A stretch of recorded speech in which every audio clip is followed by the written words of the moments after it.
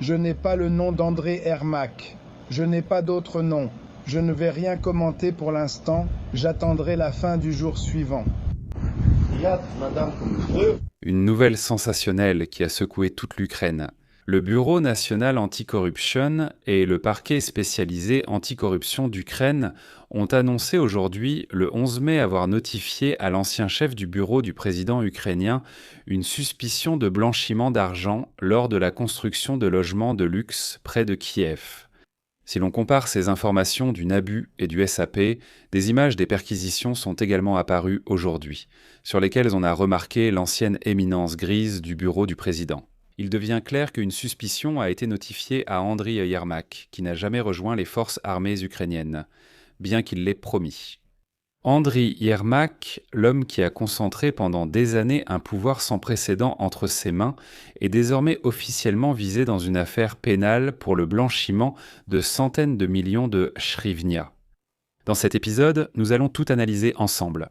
Des détails des perquisitions d'aujourd'hui jusqu'à la longue traînée de liens de corruption qui suivent dans Yermak depuis l'époque des enregistrements de son frère et bien sûr du Wagnergate. Qui se cache réellement derrière le montage immobilier de luxe près de Kiev? Pourquoi Yermak n'est-il jamais arrivé au front malgré ses promesses retentissantes? Et surtout, cela signifie-t-il une purification définitive de l'entourage de Zelensky? Ou bien s'agit-il d'un adieu? Contre les sanctions contre un autre chef du bureau du président, Andriy Bogdan, c'est Zelensky lui-même qui élimine son propre entourage. Je suis Alexei Petchy, discutons de ce sujet. Mais avant de commencer, je vous demande de vous abonner à cette chaîne YouTube, de liker cette vidéo et d'écrire votre commentaire sous cette vidéo. Je vous en serai très reconnaissant. De plus, abonnez-vous à ma chaîne Telegram Petchy News, le lien se trouve dans la description de cette vidéo. Commençons par ce qui s'est produit il y a quelques heures à peine. Selon des sources au sein des forces de l'ordre, le Bureau national anticorruption d'Ukraine et le parquet spécialisé anticorruption ont effectué aujourd'hui des perquisitions chez Andriy Yermak. Les actions d'enquête ont commencé dans la soirée du 11 mai. Des images sont immédiatement apparues sur Internet où l'on distinguait de loin, sur les lieux des perquisitions, l'ancien chef du bureau du président, Andriy Yermak. Les journalistes de Skemi ont confirmé que oui, les perquisitions étaient autorisées et liées à une enquête retentissante.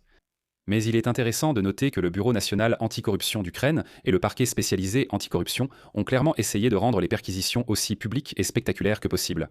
En effet, sur les lieux de l'événement, comme par hasard, bien sûr que non, on a remarqué la présence des célèbres enquêteurs Yuri Nikolov et Mikhail Tkach du journal Ukrainska Pravda. Nikolov a qualifié cela d'événement historique, affirmant que la vie au bureau du président ne sera plus jamais la même.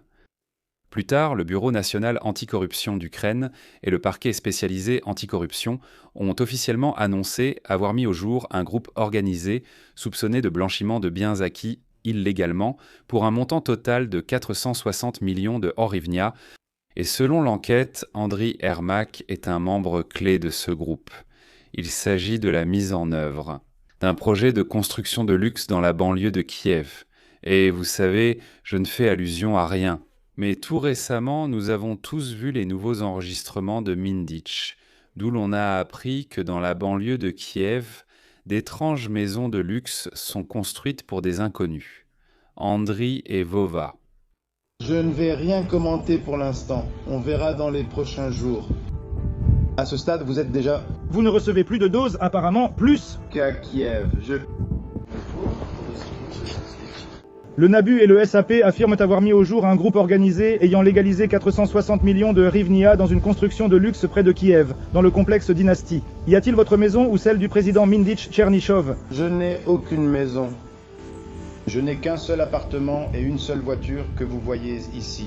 Minditch a financé la construction de coprettes dans Dynasty avec de l'argent qui aurait pu faire l'objet d'une enquête. Non, je pose des questions aux journalistes. C'est vrai que vous êtes chirurgien?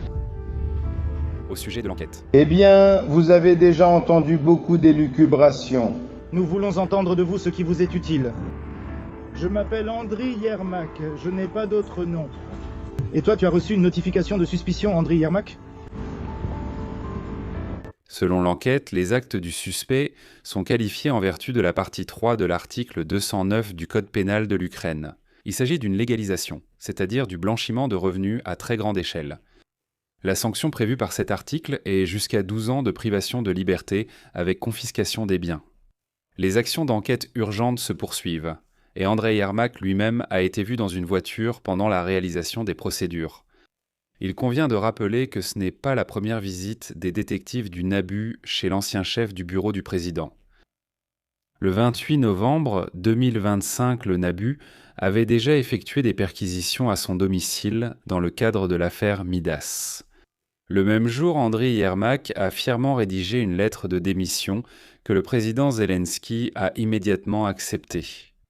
Mais à l'époque, il n'y avait pas de soupçon et il a fallu 6 mois aux forces de l'ordre pour rassembler les documents. La base factuelle pour le coup d'aujourd'hui. Ici, nous arrivons à la partie la plus intéressante. Tout d'abord, qu'est-ce que l'affaire Midas et quel est son lien avec ces 460 millions de Henri Vnias ? J'ai étudié des informations indirectes connexes qui révèlent la profondeur des liens de corruption probables d'Andriy Yermak. Selon les données du NABU, l'un des organisateurs probables de ce schéma, l'un des organisateurs probables de ce système de détournement et de blanchiment de fonds est le déjà bien connu Timur Mindic.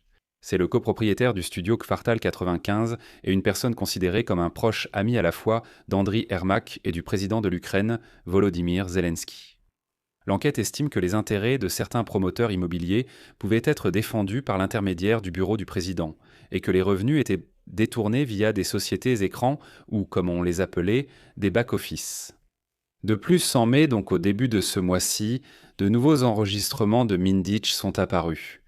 Selon ces enregistrements, l'entourage d'Andriy Yermak aurait prétendument contrôlé non seulement les chantiers de construction, mais aussi les actifs de Sands Bank. C'est l'ancienne Alpha Bank, qui appartenait au russe Friedman, si je ne me trompe pas. Et ensuite, elle a été nationalisée, mais il s'est avéré qu'elle était quand même dirigée par des personnes de paille proches de Mindic. Et bien sûr, l'entreprise stratégique Karpatneftekhim est également ressortie. L'enquête sur l'opération Midas indique que les personnes impliquées ont même tenté de faire du lobbying via le bureau du président pour fournir leurs propres gilets pare-balles aux forces armées ukrainiennes à des prix totalement gonflés. Vous connaissez aussi l'histoire avec Firepoint. Cependant, le soupçon d'aujourd'hui n'est que la partie émergée de l'iceberg. Andriy Yermak a généralement accompagné son parcours au pouvoir de scandales constants, que Zelensky ignorait souvent. Rappelons-nous quelques faits ici. Premièrement, les enregistrements, non pas de Mindic, mais de Denis Yermak, apparus en mars 2020. C'était le premier signal d'alarme. À l'époque, un député de l'équipe de Zelensky, du Parti serviteur du peuple, Geo Leros, a rendu publique une vidéo où le frère d'Andriy Yermak, Denis, discutait de la vente de postes gouvernementaux. À l'époque, l'affaire a été étouffée, requalifiée en escroquerie et, en principe, tout a été mis sous le tapis, tandis que Geo Leros a été désigné comme un ennemi du système, c'est-à-dire un ennemi du bureau du président. C'est alors que l'Ukraine a découvert le trafic d'influence au bureau du président. Deuxième point, le Wagner Gate.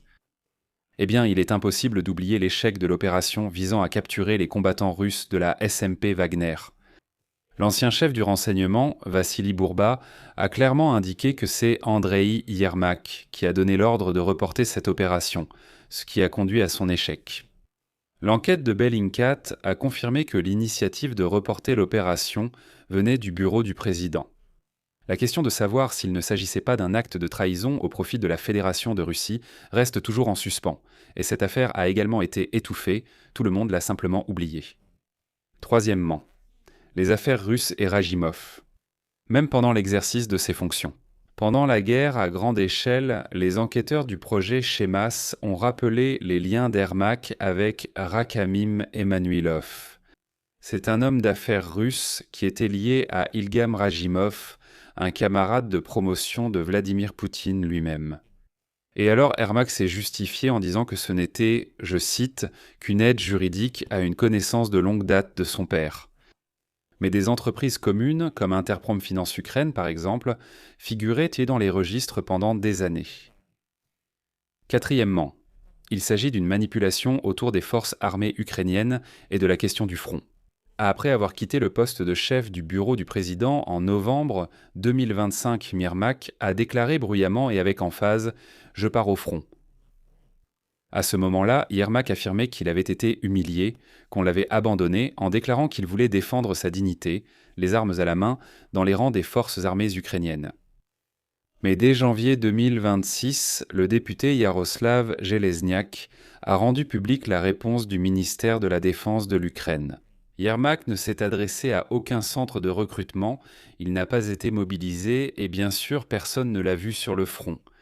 Mais ensuite, Andriy Yermak a déclaré qu'il était devenu le principal avocat des forces armées ukrainiennes.